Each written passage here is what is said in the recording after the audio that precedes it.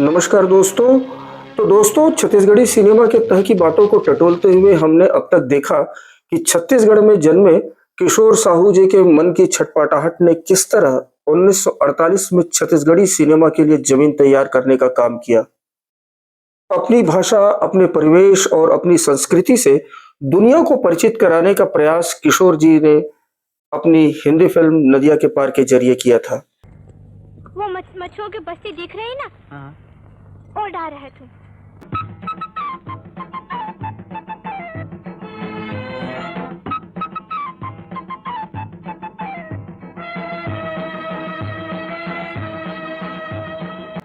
किशोर साहू जी की गिनती मुंबई के बड़े और बेहद सफल फिल्मकारों में होती थी। छत्तीसगढ़ से एक नौजवान का मुंबई जाकर इतनी बड़ी सफलता हासिल करना यहाँ के नौजवानों के लिए अपने आप में प्रेरणा थी। उस दौर में हिंदी सिनेमा में किशोर साहू सहित और भी अनेक लोग थे जो भारत के छोटे छोटे गांवों, कस्बों और शहरों से मुंबई जाकर बड़ी सफलताएं हासिल कर रहे थे। चांदी की तरह चमकते पर्दे में युवाओं के सपने की श्वेत श्याम छवि चमत्कृत किए जा रही थी। जाने कितने नौजवानों ने अपने सपनों को पूरा करने के लिए मुंबई की राह पकड़ी। इन्हीं में से एक थे मनु नायक जी।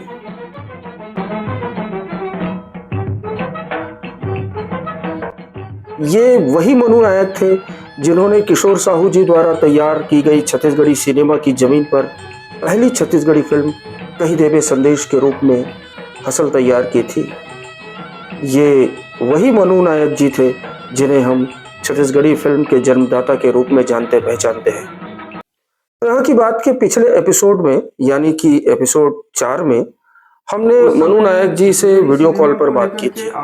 आपने भी वह एपिसोड तो देखा ही होगा। भविष्य को लेकर के आप किस तरह की कल्पना करते थे और आज जो छत्तीसगढ़ी सिनेमा का स्वरूप दिख रहा है तो वो आपकी उम्मीदों के अनुसार है क्या?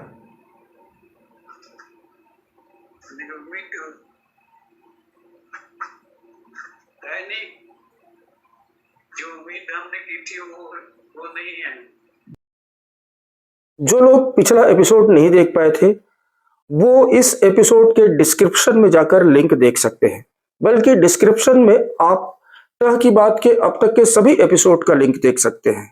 इस 5वें एपिसोड में आइए हम देखते हैं कि पहली छत्तीसगढ़ी फिल्म बनाने के लिए मनु नायक जी को किस तरह का संघर्ष करना पड़ा।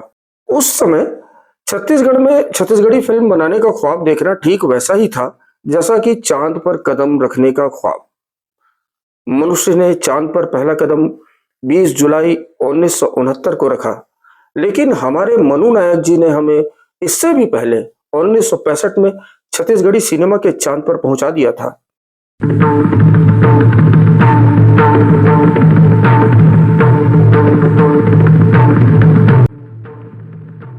छत्तीसगढ़ी सिनेमा के निर्माण और चांद पर कदम रखने की तुलना आज थोड़ी अटपटी लग सकती है, लेकिन यदि संसाधनों की कमी, जज्बात और हौसले की उड़ानों को देखेंगे तो आप भी कहेंगे कि 1965 में हम सचमुच अपने चांद पर पहुंच गए थे।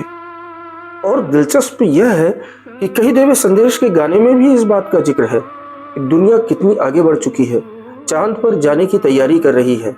मनु नायक जी अपनी फिल्म के माध्यम से छत्तीसगढ़ के लोगों को संदेश देते हैं, तुम भी उठो, सूरज की मशाल धरो और अपनी धरती को श्रृंगार दो।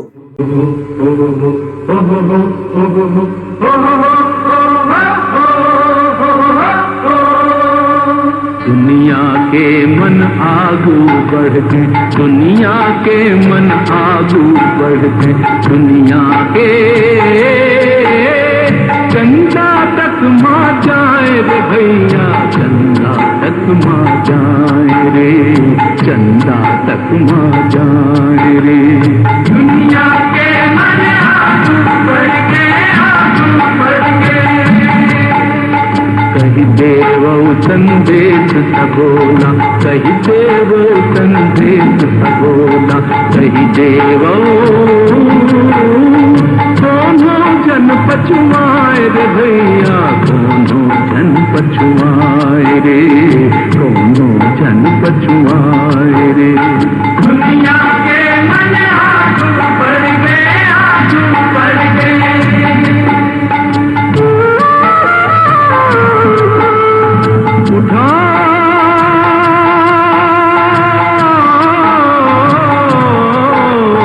उठा मकाल धरो सूरज के धरती ला सिंगार दो, धरती ला सिंगार दो। माटी के बेटा हो तुम, माटी ला अपन दुलार दो, माटी ला दुलार दो, माटी ला दुलार दो। मुंबई छत्तीसगढ़ से बहुत दूर है। उस दौर में तो और भी दूर हुआ करता था। यहाँ फिल्में खूब देखी जाती थी, लेकिन ऐसे संसाधन थे ही नहीं कि किसी फिल्म का निर्माण यहाँ किया जा सके। यह तभी संभव था जब मुंबई की यूनिट को यहाँ लाकर फिल्म बनाई जाए। मनु नायक जी ने भी यही किया। लेकिन जरा सोचिए दोस्तों, मनु नायक जी का संकल्प छत्तीसगढ़ी फिल्म बनाने का था। जिन लोगों के भरोसे उन्होंने इस प्रोजेक्ट का सपना देखा था, वे न तो छत्तीसगढ़ को जानते थे, न छत्तीसगढ़ी को, और न ही छत्तीसगढ़ी संस्कृति को। और मनु नायक जी का आत्मविश्वास देखिए। उन्होंने इस फिल्म में मोहम्मद रफ़ी, सुमन कल्याणपुर, मीनू पुरुषोत्तम जैसे गायकों से गाने गवाए। छत्तीसगढ़ी संस्कृति का गौरव बढ़ाने की दिशा में यह भी उनका एक बड़ा कदम था। बैठो एके छाव मां, बैठो एके छाव मां, गांधी नेहरू,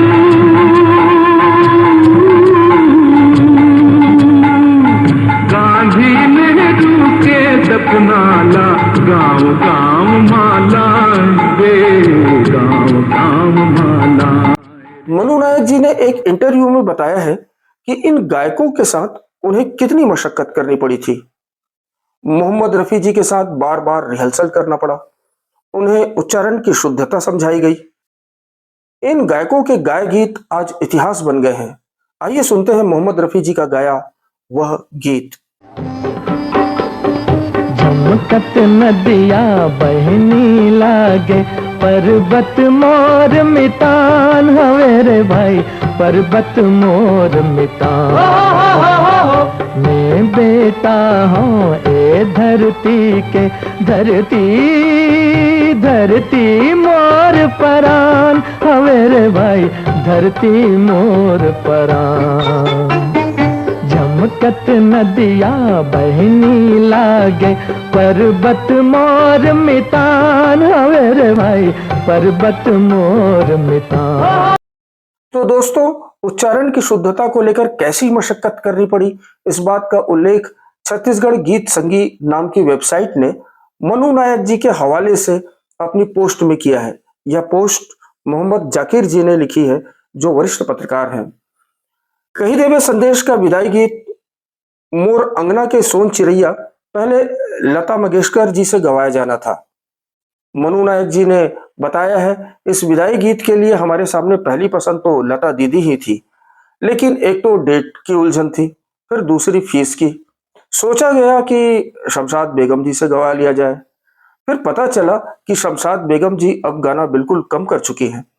ऐसे में मुबारक बेगम जी को इस गीत के लिए अनुबंधित किया गया। मुबारक बेगम जी ने रिहर्सल भी की, उनकी आवाज में यह गाना जम भी रहा था, लेकिन दिक्कत एक शब्द के उच्चारण को लेकर थी। गीत में जहां राते अंजोरिया शब्द है, उसे वे रिहर्सल में तो ठीक उच्चारित करती थी, लेकिन जैसे ही रिकॉर्डिंग शुरू होती थी तो वे राते अंजोरिया कह देती थी। अंततः बात जमी नहीं। अगले ही दिन सुमन कल्याणपुर जी को अनुबंधित कर उनकी आवाज में यह विदाई गीत रिकॉर्ड करवाया गया। अब मनु नायक जी कहते हैं, चूंकि हम HMV से पहले ही अनुबंध कर चुके थे, ऐसे में गीत न गवाने के बावजूद मुबारक बेगम जी का नाम टाइटल में देना पड़ा। इस अपनों हौसलों जज्बों की बदौलत मनु नायक जी ने कही देवे संदेश रच डाला। मनु नायक जब मुंबई में फिल्म की तैयारी करके यूनिट के साथ शूटिंग के लिए रायपुर पहुंचे, तो एक नई तरह की मुसीबत यहाँ उनका रास्ता जो रही थी। जिन लोगों ने उन्हें सहयोग का भरोसा दिया था, उन्होंने धोखा दे दिया। कही देवे संदेश के तकनीशियनों की यूनिट अब रायपुर में थी और मनु नायक जी चौराहे पर। ऐसे ही परेशानी की हालत में एक रोज मनु नायक जी कॉफी हाउस के सामने खड़े थे, तभी उनके परिचित ब्रिजलाल वर्मा जी से उनकी मुलाकात हो गई।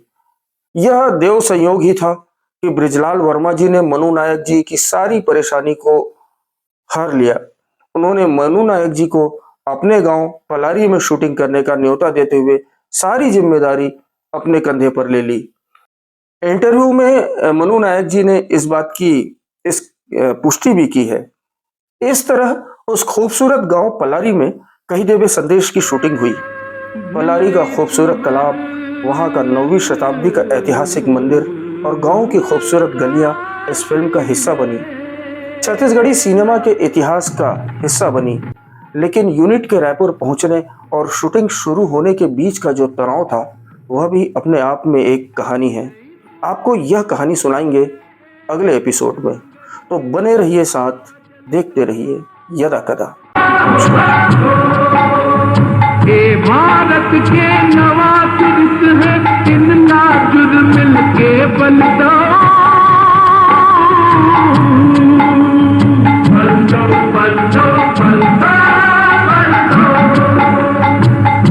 पसीना गिरे खादमा, नवा फूल मुस्काए रे, नवा फूल मुस्काए रे भैया, नवा फूल मुस्काए रे। दुनिया के मन आंसू बढ़ गए, आंसू बढ़ गए,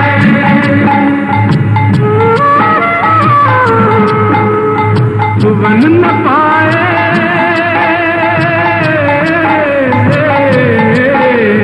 सुवन न पाए पैरी कोनो, भारत माँ के तीरला, अभी बचाए पर हम लाए, देखा औ कश्मीर ला, हमर लहू ले रंग हिमालय, केला झन बिसराए रे, लाजन बिसराए रे, लाजन बिसराए रे।